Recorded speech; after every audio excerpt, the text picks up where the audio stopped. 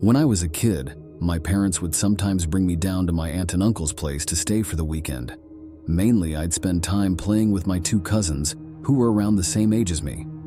They lived on a small farm with plenty of open space, and we could run around doing pretty much whatever we wanted. If we thought we could get away with it, the three of us would sometimes cross over to the neighboring farm about half a mile away. It had been abandoned for decades, with a scattering of derelict buildings and other structures still standing on the property, just begging to be explored. This was, of course, a goldmine for three adventurous young boys such as ourselves, especially after my cousins told me stories about the death that took place in the house. It was pretty classic fare. Man goes crazy, axe murders his entire family, hangs himself, returns every night as an angry spirit looking for new victims. Good grisly stuff. Even at that age, I knew they were probably making it up, or at least embellishing old rumors. But seeing as how the setting lent itself so well to such tales, I allowed myself to buy into it. One afternoon, we decided to play hide and seek.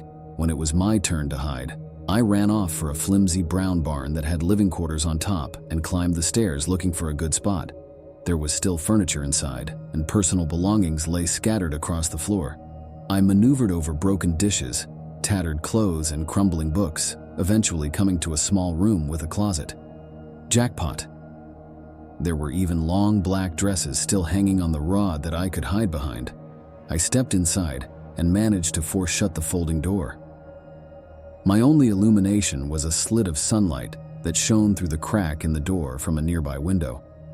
I crouched down with knees tucked into chest and waited. Some time passed and there was still no sign of my seekers.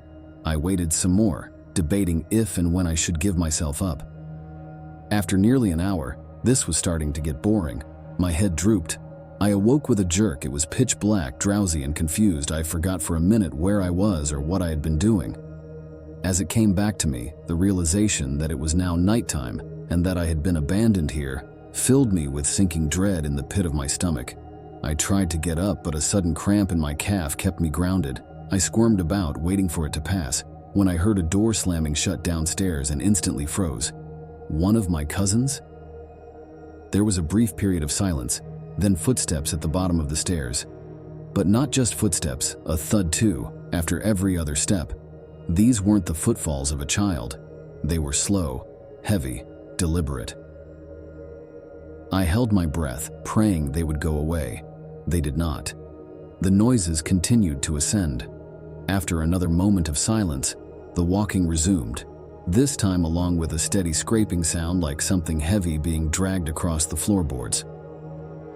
The footsteps made their way through the debris and wandered aimlessly through the various rooms. I thought I could smell something faintly putrid. The constant scrapes sent cold shivers coursing down my arms and back. My worst fears were realized when the steps reached the bedroom doorway. They got closer and closer and finally stopped directly in front of the closet door. I couldn't see a thing. After an agonizing pause, they continued on, over to the other side of the room and out the doorway again. They faded away down the hallway. I waited for what seemed like an eternity. There were no more sounds now, and I was trying to build up enough courage to open the door and flee. Three things happened simultaneously just then. I was bombarded with a smell I can only describe as fresh roadkill. I heard raspy breathing behind me in the dark closet, and I felt hot breath against the nape of my neck. That was enough for me to hurtle myself out from the confines of that nightmare space, relying on memory and scant moonlight to navigate through the darkened house. All the while I heard footsteps chasing behind me, closing in with terrifying speed. It was a clumsy, torturous escape full of trips and bumps and blind stumbling. I never looked back, at least not until I had burst out the front door and into the country night.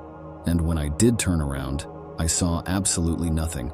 There were no more footsteps, and nobody was chasing me. That didn't stop me from running all the way back to my aunt and uncle's house. There was a police car in the driveway when I got back. My parents were there too, worried sick. Everybody demanded to know where I had been. Apparently, when my cousins still hadn't found me by evening, They'd returned home to tell their parents. Eventually, the police were called in and informed me that they had already scoured every building on the farm. The insinuation that I was lying about my whereabouts didn't go unnoticed. None of it made any sense. It wasn't until years later that one of my cousins filled in a final piece of the story. He and his brothers had spent hours searching for me like they said, but the part they didn't tell anyone was that they thought they spotted me in the window of the bedroom I was hiding in. And when they got closer, they saw that it wasn't me. A young boy neither of them recognized was smiling and waving down at them and gesturing for them to come upstairs. That's when they ran back home. All this while I slept in the closet.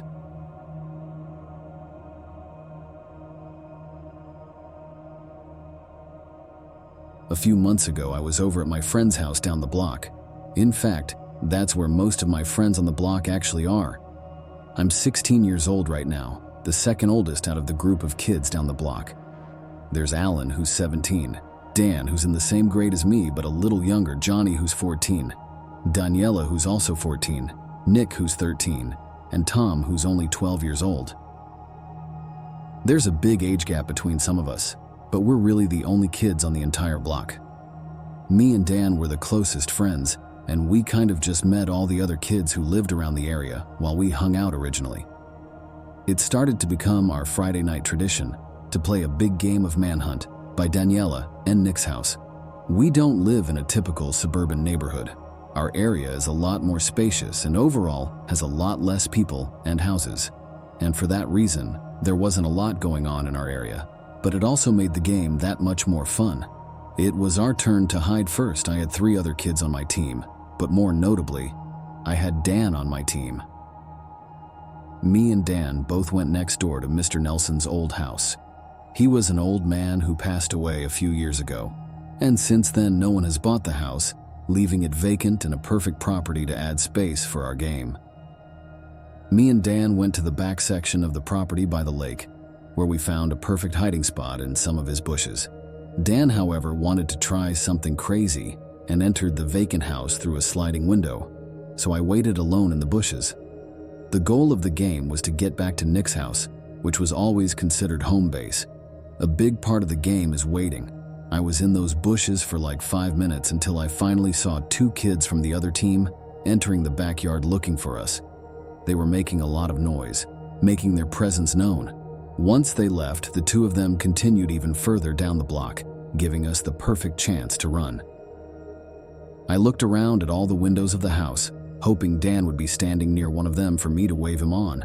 And when I looked up to one of the upstairs windows, I was relieved to see his head looking down to me. I waved him on, letting him know it's time to go, but he didn't move. Now I wasn't sure if he could see me. I went over to the window that he entered through, opened it, entered the house, and yelled up into the house calling Dan's name. I'm not even exaggerating when I say I felt like my heart stopped when I heard Dan's voice only a few feet away from me saying, "Dude, shh." I asked him how he got downstairs so quickly, and he just looked confused. He then told me he was sitting down here this whole time. At that same moment, we both looked up to the ceiling as there was a creaking sound coming from upstairs. We both hopped back out the window and ran back to Nick's house, where we called the game off. We went to ask Dan's dad if somebody had moved into the home, but he was positive that nobody had lived there for 3 years. Me, Alan, Dan, and Dan's dad all went over to the house where we entered the same way we had earlier. Dan's dad was familiar with the house as he used to be good friends with Mr. Nelson. He led the way upstairs into the bathroom with the window I had seen someone standing at. He flicked on the lights, and besides a crumpled up reddish-brown blanket on the floor, the room was empty. We went through the entire house and found nothing. Dan's dad really didn't know what to do from there, so he just said, if any of us, including him, ever see anything or anyone in that house, we would report it to the police immediately. It's been a few months already and we haven't seen anything since, but I know that somebody besides Dan was in that house that night.